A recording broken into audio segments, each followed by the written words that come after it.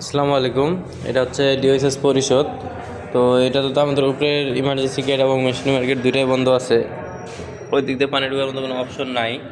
তো আমি এখন কেবিনের ছাদে আসছি, দেখি যে কেবিনের সাথে পানির অভাব নেই, হয়তো বা কোনো টাইসের কাজ করতেছে বা কোনো কিছু করতেছে, পানির কাজ করতেছে হয়তো বা। এই যে এইসব জায়গায় পানি, এই ভিতরে পানি, এই যে ওইদিকে পানি, তারপরে এই যে নিচে ওইসব জায়গায় পানি, এই যে পানি জমে আছে।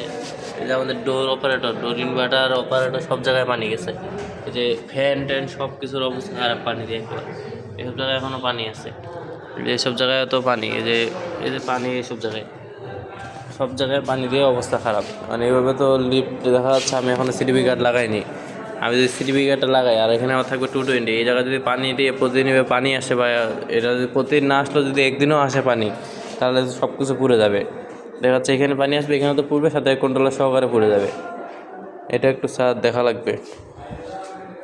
আমি হচ্ছে বাপ্পিয়াইকে কিছুক্ষণ আগে দেখাইছি যে ভাই এরকম বিষয়, এগুলো একটু দেখার। তো বাপ্পিয়াই বলে গেল যে আপনি এটা কাজ করেন, আমি দেখতেছি বিষয়টা।